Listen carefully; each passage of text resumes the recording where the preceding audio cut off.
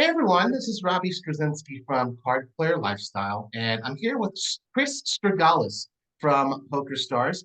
This is a name you might be familiar with. He hasn't really been in front of the camera much, but he has been with the company for 20 years and is currently the director of online poker experience. Chris, it's really nice to meet you. Thanks, Robbie. It's fantastic to be here. Appreciate it. Cool. 20 years, so that makes you like what, employee number 16 or something I at the actually company? was employee 41, I think. Wow. So yeah, just joined the company just a little over 2 years in. That's incredible to speak to someone who's been there so long. Obviously, a lot has gone on with PokerStars, and you're still standing. That's pretty cool that you're still with them. PokerStars has basically made a lot of news lately. They announced a major revamp to their reward scheme. This is the first time since when? It's been a good few years.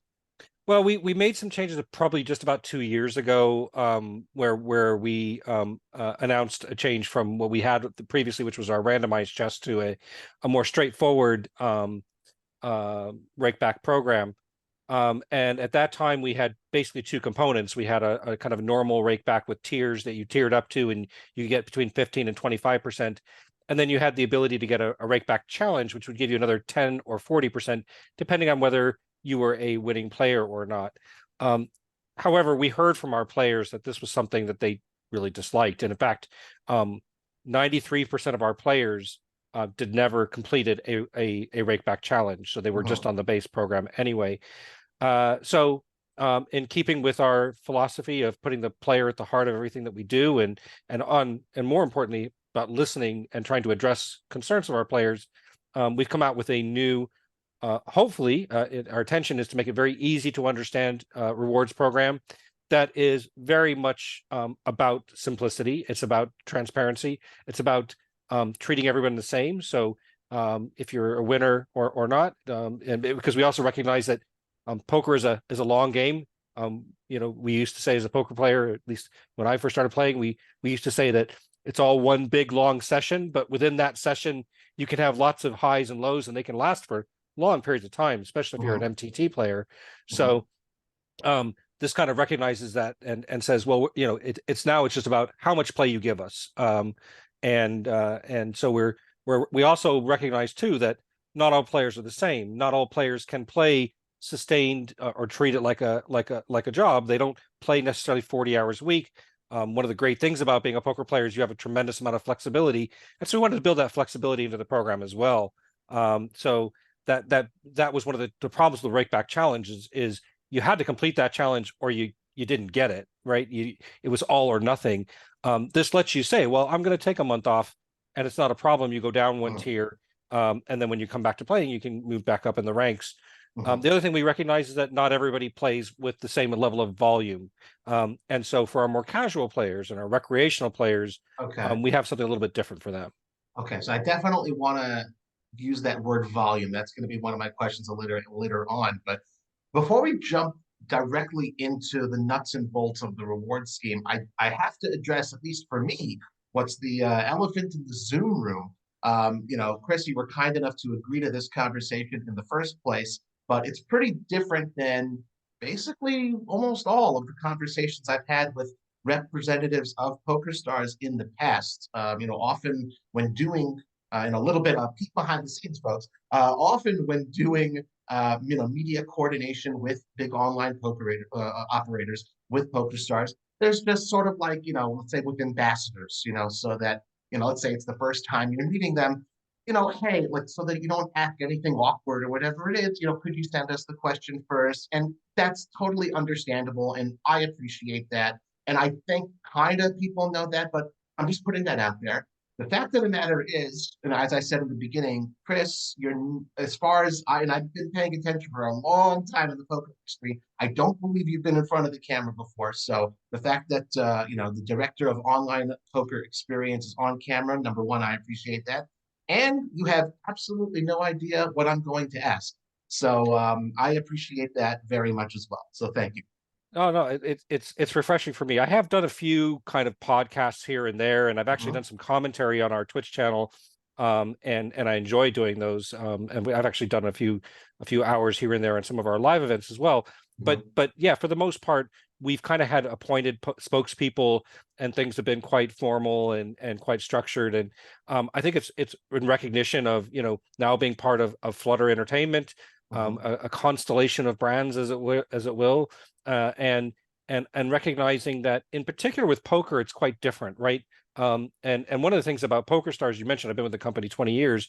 I was recruited as a poker player because I had a passion for poker, and that still holds true today. That most of the people that work on poker are poker players.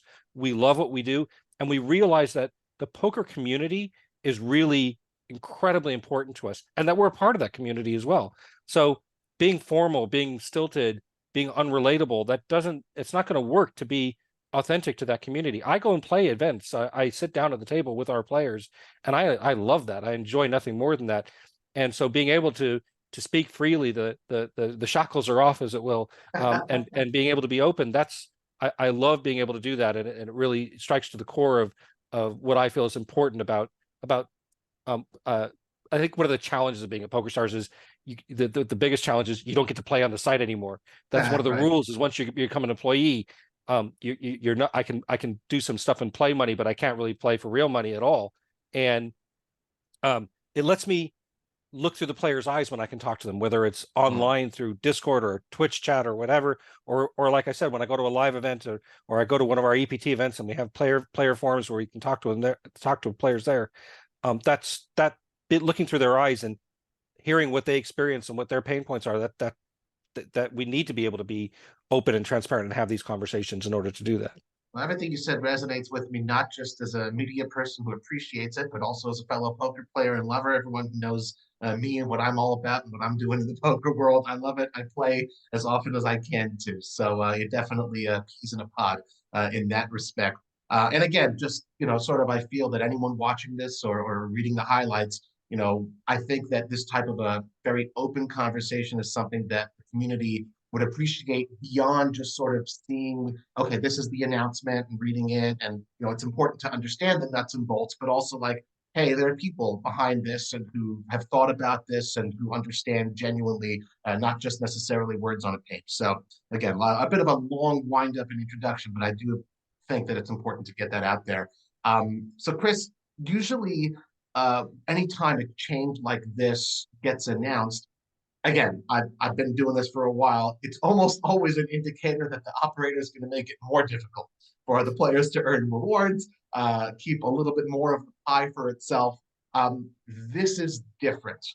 What happened? What was sort of like the catalyst that's like, okay, folks, it's time to, you know, not just deliver fastballs and curveballs anymore. Let's do a change up. Well, I think again, it was a matter of really listening to our players and you know, admitting that last time when we made I alluded to or spoke directly to those changes that we made last time, that you know, we had two components to the program. We had our base rake back of 15 to 25%, and then the 10 or 40% chests, and we advertised that as up to 65% rake back. But the reality was that wasn't the case, right? And that didn't ring true for us either, right? When you were saying up to 65%, well, if you had the 40% chest and if you raked exactly to that challenge and stopped playing. So we're all about being authentic. We have every company has values that they publish, and we're no different. We have those values as well. And we have three values at PokerStars, but one of the most important one to me is we call it passion for players. And so again, trying to look through the player's eyes. And so if as a player I see up to 65%, and then I go to the website and go, well, maybe that's not achievable for me, that's not authentic for us, and we're not happy with that. So the main catalyst was exactly that, listening to our players and in hearing that was a major pain point. Like I said, if only 7% of players are achieving what we set out in the program, if only 7% are able to finish a rake back challenge chest that they were getting in a weekly challenge, that's not acceptable to us. So that was the catalyst, was something that we wanted to be able to stand behind and say, on the face of it, do X, get Y, and make that transparency and simplicity, you know, a program on a page, You know, as you mentioned, I've been at PokerStars 20 years. We've had a lot of rewards programs in those times. And even and I've heard a lot of people compare this to the old Supernova Lead, and even had some players say, "Why don't you just bring those names back?" Well, two reasons. One, it's not the same thing. So let's not. I didn't want to. I don't think when we discussed this as a management team, we didn't want to kind of conflate those two things. Mhm. But the other reason was that wasn't an easy program to understand either, right? You had VPPs, FPPs, multipliers, this and that. I challenge anybody to go back and tell me exactly, because it's funny. There's been people that were waxing nostalgic about it and going, remember the program used to do that? And I'm like, no, actually it didn't do that. And having to remind people that it was actually more complex than that. So yeah, that's kind of the key tenets for us were listen to the players, Mhm. keep it simple, keep it Yeah. understandable and relatable. Okay. That's our real primary motivating factor, is something we can really stand behind and communicate in a strong way. Sure. So, okay, that's great. You have the meetings and you come to this conclusion, we need to make a change. How long has this been in the works? It's not like you can kind of just sort of snap your fingers and instantly it's different. So when did Stars sort of start working on this and now it's being implemented? This is January 2024. So how long has this process been? It was at least 6 months. Okay. So quite a long process. Since you want to get a little peek behind the curtain, I'll share a little bit about how that process works. First and Okay. foremost, we identify what our problem statement is. What is the thing that we want to do? What is the thing we want to achieve or solve, or the problem to solve? And then we can hypothesize a lot of different ways to do that. And deciding pretty early on that the direction of travel was to change the rewards program, you have to understand there's a lot of moving pieces there, right? So we have to think about, not only do we have to do a lot of ecosystem analysis, we have some very, very smart data analysis people on our teams.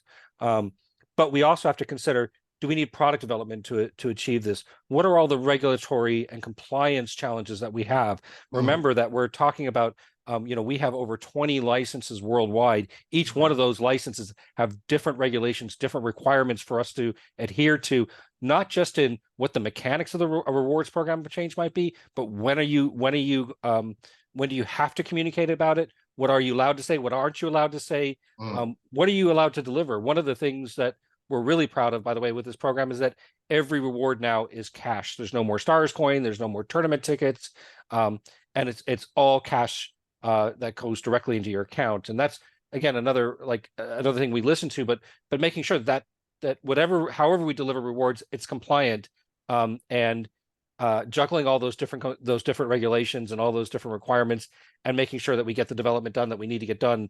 That's kind of why you need that kind of runway. And I would say also there were dozens of people involved in doing all the different bits about how we communicate about it. We had players on our Discord going, "Well, why can't you just tell us what it is now?" It's like, because we know we have to develop FAQs, we have to Uh-huh. publish web pages, we have to consider every single scenario and make sure that we have an answer for that. We also know poker players are, look, as you know, this is a poker player yourself, right? Everything is about getting as much advantage as you can, right? Making sure you're squeezing every bit of EV out of every decision, right? That's what GTO is about, playing in an optimal manner. And um, and so in order to do that, we have to make sure we're considering all the edge cases. It's not just about what is the straightforward thing to do, which that's the easy part. Do X, get Y. That's easy. But what about those edge cases about somebody, what if somebody's at the 28th day or the 29th day? What do they see? Somebody wants to move down a tier, those kinds of things, making sure we're covering all those bases. Wow. Okay. Definitely very interesting and insightful to hear about that. Thank you for being so open. You mentioned that there's obviously, of course, big company, a whole bunch of people working on this. I do have to single out one particular individual, Ashley Chase, who unfortunately was not able to make this call with us. He was supposed to be here, but he got called off to another assignment. There's a reason in particular I wanted to mention him, and I think it kind of also sort of points to an internal shift within PokerStars. Ashley has been working with PokerStars since July 2017, and the positions he's held up until now have been Associate Director of Poker Loyalty, CRM, which is Customer Retention Management, Head of Loyalty, Player Experience, and then Head of Loyalty and Bonusing Product. And now he's got a brand new title. and it's called Associate Director of Generosity. So let's hear from you what exactly that means, as far as sort of like, for someone to go ahead and give themselves that title as the official title, their role within a company like PokerStars, it has to mean something. Well, I think it speaks to, again, the philosophy on how you think about the way we give funds back to our players, right? And you mentioned a lot of titles that are quite industry specific. They're quite we love an acronym in tech, and we are a tech company if nothing else. So yeah, things like CRM, it's like, what does that really mean to somebody? We're definitely, again, in terms of the idea of transparency and simplicity, generosity is about what do we give back? And we actually have a lot of debates about, do you call it loyalty? Do you call it rewards? Do you call it promotion or whatever? And we realize that when you consider all those different things, they're all about one thing, is about how generous are you being in giving back to your players. And that's, I think, also, by the way, something quite unique about not just the gaming industry in general, but specifically about poker, right? We talk openly about fees, and we mention the words rake. And for a long time, by the way, even at PokerStars, that was something that was kind of forbidden. We don't talk about rake back. That was, even 10, 15 years ago, that was something we didn't actually mention. But now we talk about those things quite openly because it is on the forefront of everyone's mind. So we understand that we provide a service, we take a fee for that service, but we also want to be generous with the players that are helping us with that service the most. And that's when we talk about these players that are the volume players. You said you're going to talk about volume. I'm kind of preempting that again, but that shift in mentality of that, if you're providing us more volume, we want to reward you accordingly, and we're going to be more generous with the players that give us the more volume they can give us. So that's kind of, I think that's my take on that shift from an associate director of CRM or of loyalty or whatever. It is talking about it more from the aspect of we're encompassing everything in one word. Sure. Well, I don't remember, and I've been doing a lot of reading since the announcement was made. I don't remember exactly where I read this sentence, but there was a particular sentence that stuck out to me, saying, "Our ambition is from PokerStars. Our ambition is to significantly increase spend and frequency of promotions to recreational players." Can you break that sentence down?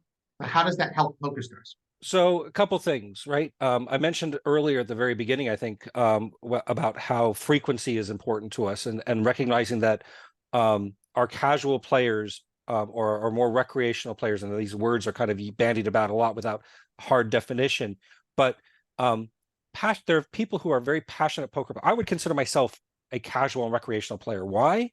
Because I don't count on it for an income, either partially or in whole, so that my play, there was a time in my life when I did, but that's not the case today. But also from the fact that I play sporadically. I play when I can. I'm a very busy individual. Poker takes time. So if I'm going to play a live event, for example, I have to take time off to play a live event. And we recognize that for those players, they're giving us a gift. That gift is time, not necessarily money, but time, right? Time is the most precious thing every individual in this world has, something we always want more of and can never get enough of. When we work for a living, we're working to buy ourselves time, right? That's one of the things you do. And so to me, and to us, we wanted to reward that gift of time in a meaningful way. And the other thing that's kind of unique about poker as well, that's different from, say, sports betting or casino, is that when you spend with us, not all of your spend is going to us. It's a peer-to-peer game, right? So if you buy into a tournament, say you buy into a 109 tournament, $109 tournament, well, $100 of that fee, or of that entry fee, is going into the prize pool. Only $9 is coming to us.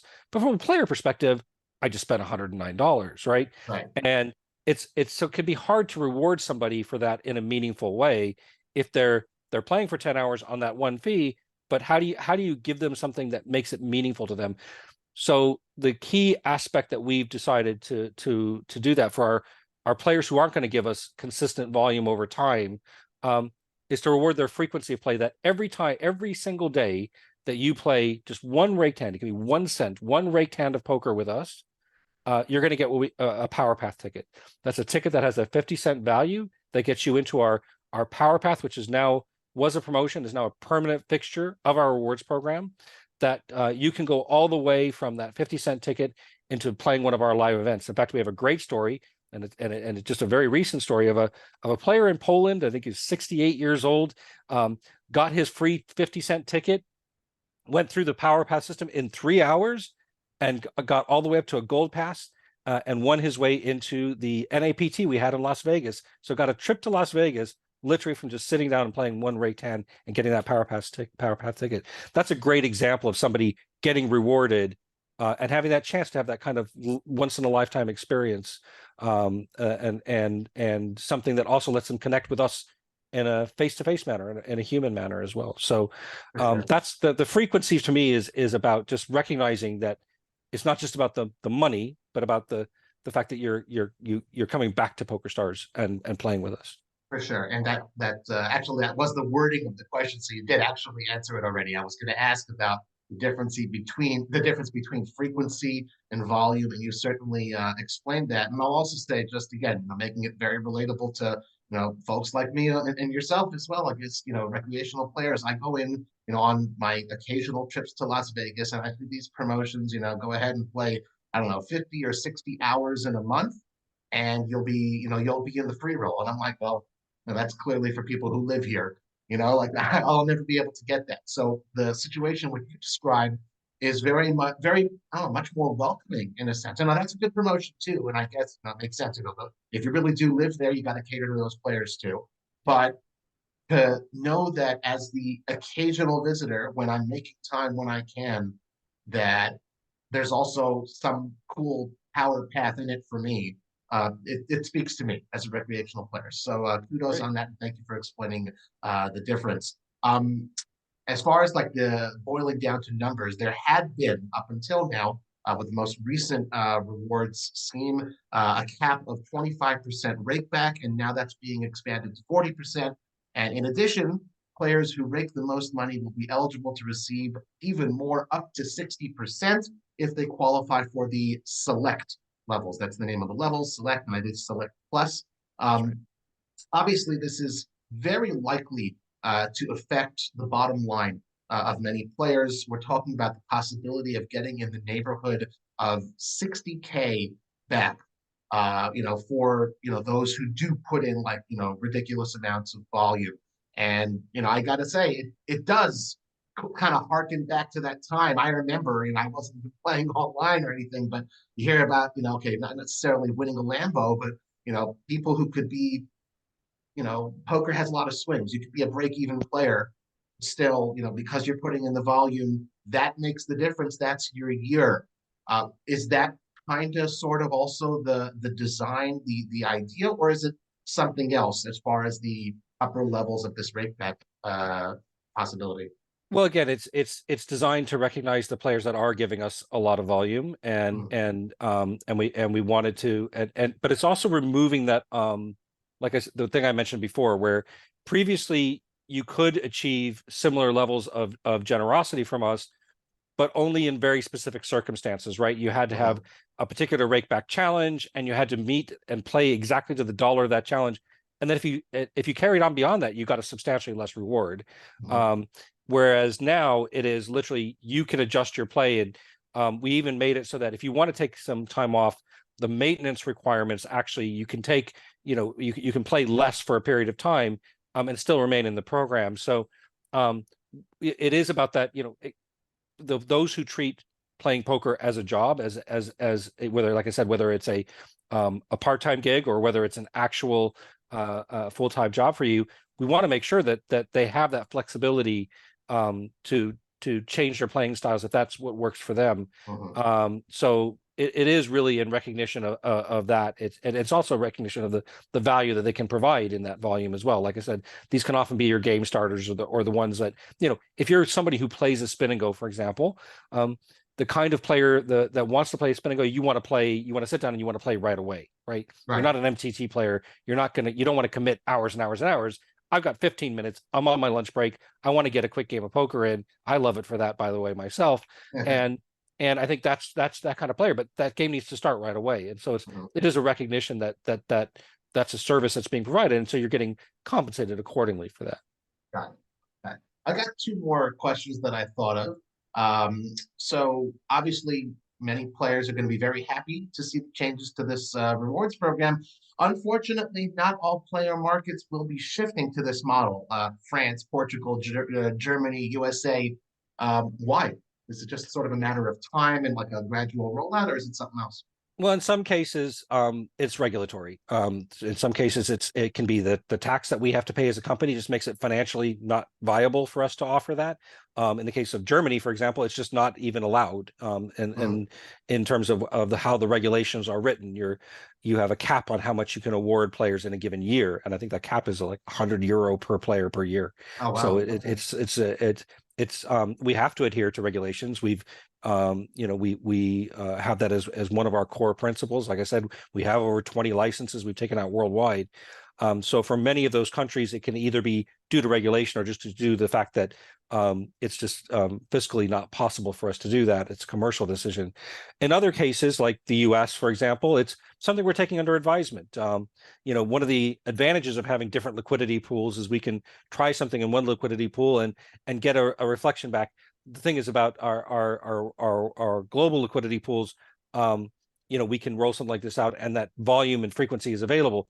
Something like the US, it might be more challenging for somebody to reach those high levels of volume in a much smaller player pool where, ring games aren't going to run as frequently, or you can't play as many tables, or spinning goes aren't quite as popular, or what have you, right? Right. So we do take market by market decisions, and certainly the something we're looking at. But so in some cases, like Ontario and our U.S. liquidities, it's something we're currently just analyzing, taking a wait and see approach as well.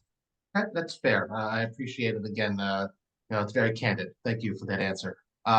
Last one I got for you. Okay. So you guys, you make your move, and now the ball is in the player's court.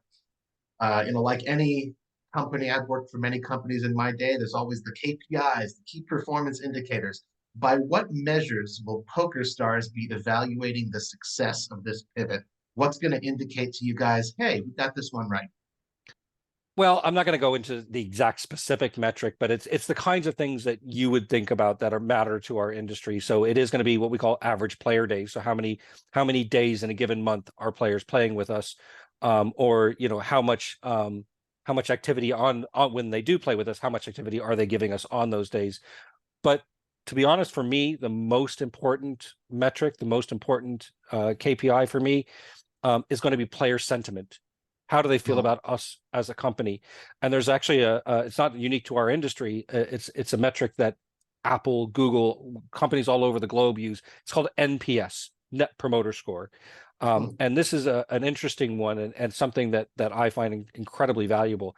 It is the amount of people that say they would recommend you to a friend, so your promoters, and how many people, and you subtract from that number how many people are detractors who say they won't recommend you, and that becomes a number. So to give you an example, and you look at that on a 1 to 10 scale. So seven, I think it's 7 and above, that's your promoters, and 3 and below, that's your detractors. So you take anybody who ranks you as would you recommend this site to a friend, your promoters minus your detractors, and that gives you a number. We want that number to go up.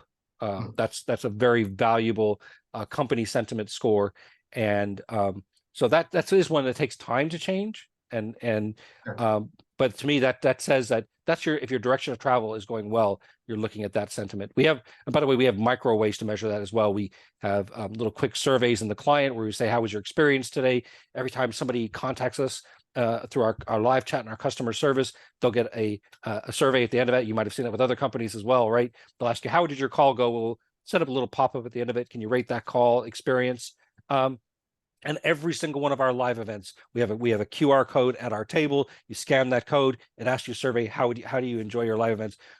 We measure everything. It matters to us, not just what the numbers say, not just about the financial performance, but it's also about how the players feel about us, because that matters more. I've said this, it's something I'm fond of saying, that our players when you have a relationship with a brand, and Apple's a great example. People who are proponents of Apple, they have a very strong relationship with that brand. They become brand evangelists in many respects. Well, I feel the same way about PokerStars. People have a relationship with PokerStars. That relationship hasn't always been good. Let's admit that, right? We had some rocky years. We're not gonna deny that, but we definitely over the last several years we've turned a corner, and certainly at our the way our current direction of travel, it's absolutely important to us that relationship matters. Relationships break down for two reasons, right? It's not because you don't care about the person anymore. Your relationships break down for two reasons. One, it's about communication, and the second one is about trust. So it's really important that you have those lines of communication open and that you are trusted in order to have a strong relationship. And we want that relationship that players have with our brand to be strong. So those are the really important measures for me. Yes, that kind of circles back all the way to the beginning. The fact of the matter is, again, I never really met you before today. You sat with me for half an hour and answered all the questions that you had no idea what they would be. And to me, that indicates trust in me. So I appreciate it. And again, nothing speaks to authenticity like something like that. So very much thank you for your candor, Chris. And you submitted to my third degree. If there's anything else before we end the Zoom call, or that you'd like to sort of share with anyone watching, with anyone reading about it, here's a chance. I think the most important thing is please continue to give us that feedback and that constructive criticism. We're always listening. I invite people to come to our Discord. If you do a Google search, you'll be able to find it. Maybe it's something you could put a link to as well, Robbie. We could put it in the YouTube description. I'm happy to give that. I'm very active on our Discord, and so are many of my colleagues. That's a great place. Please come, give us your thoughts and your feelings.